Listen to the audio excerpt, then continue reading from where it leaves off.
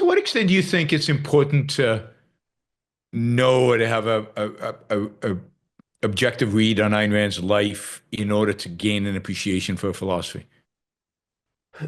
um, I think it would be interesting to know it. So I used to be so put the cards on today. I'm not very interested in Ayn Rand's personal life, personal history. Just I'm not interested in. Um, I don't think she was.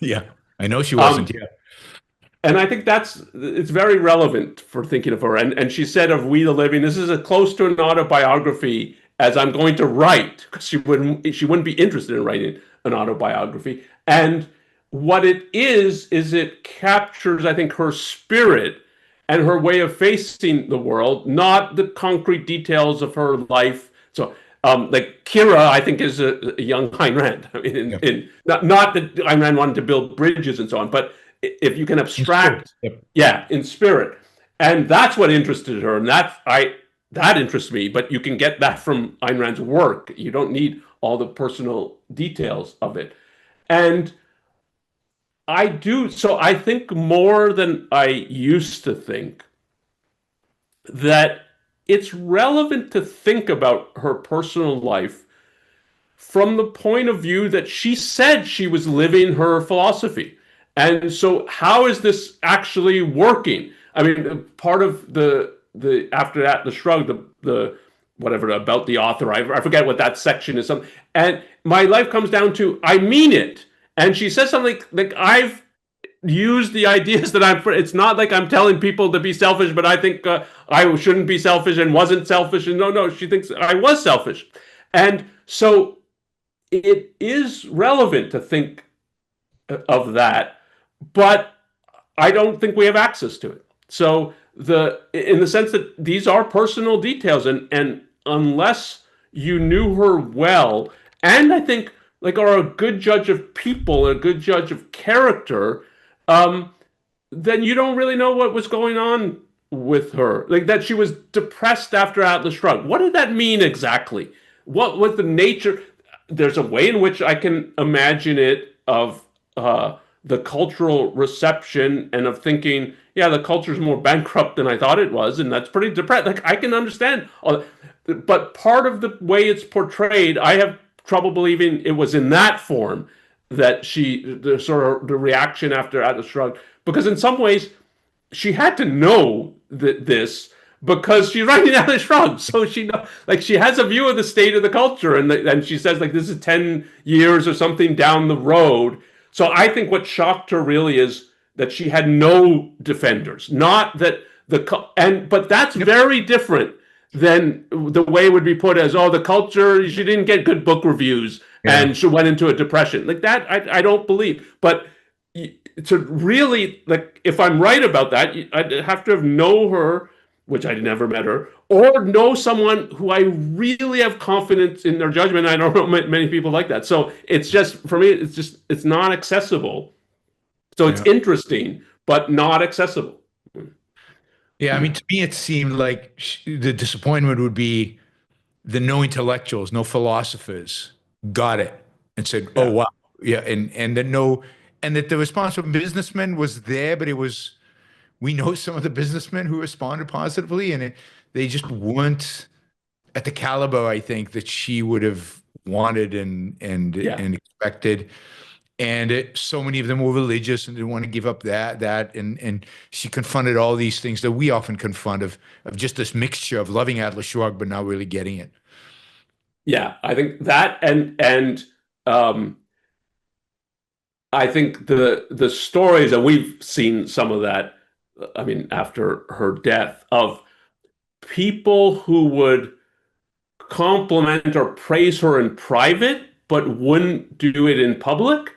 Yep. I think that would really bother her because that's a straight moral issue. It's a kind of cowardice, and that you can't just. It's not. They're not smart enough to get this or see this. It's and it's so not her that I mean, she's so courageous that there's nobody who, even if they see it, have the courage to say it. That yeah, that I can understand that. And I think given the just the artistic achievement that is Atlas Shrugged, Yep. that nobody can recognize that. And again, it's not all like the vast swaths of people, but that there's some other minds that can really see this and will say it.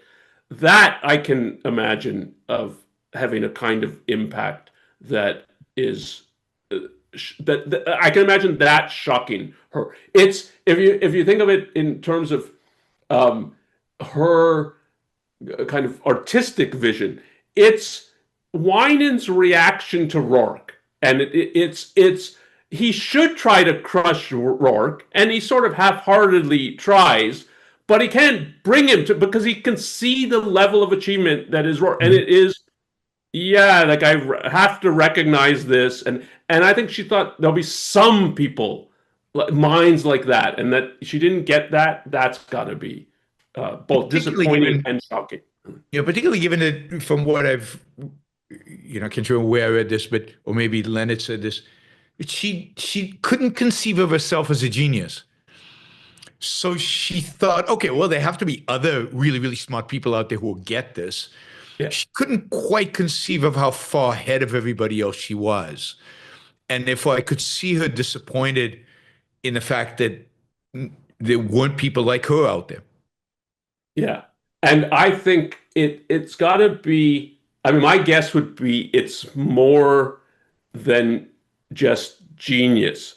So, because I'm sympathetic, it's not like there's one genius in the Yeah. world. Yeah. It's that I don't think she fully grasped, or probably, or at least at this point, of how rare a positive philosophic genius is. Um, and she comments on this later when she's writing the nonfiction of how it's something like she uses the metaphor how few lions have gone into the field of philosophy. They've left it for the losers, in effect. And Yeah. I mean, she called Kant a kind of um, idiot savant. So there's an element of like real powerful mind there, but not it's not a positive orientation. And her view is it's not like Kant and Aristotle are on the same level. A positive genius is just so much to achieve. It's just so much more than to use your genius to destroy. That you're not in the same galaxy. So that it's so rare, and I don't think that she took philosophy as sort of everybody thinks philosophy. Like how could you not? And so I think projecting a genius that doesn't think philosophically is hard for her. I mean, she's aware of it in the end. She makes this kind of comment about Einstein, who's clearly a genius, but she puts it something like he's so conventional once he gets outside of science, and but that I think would have been so alien to her that it's hard to project. Um, Yeah. Yeah, because even the geniuses, the villains in her novels, they deal with philosophy. They might be evil about it, but they're not ignorant of it.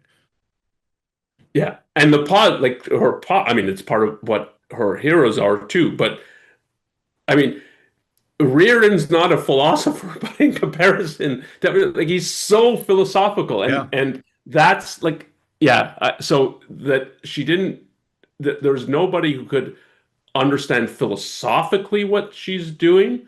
Um, that I think it was hard for her to understand Yeah. and I mean, she came to see it was true, but to project that, yeah, there can be some genius level minds, but they're so conventional philosophically. Yeah.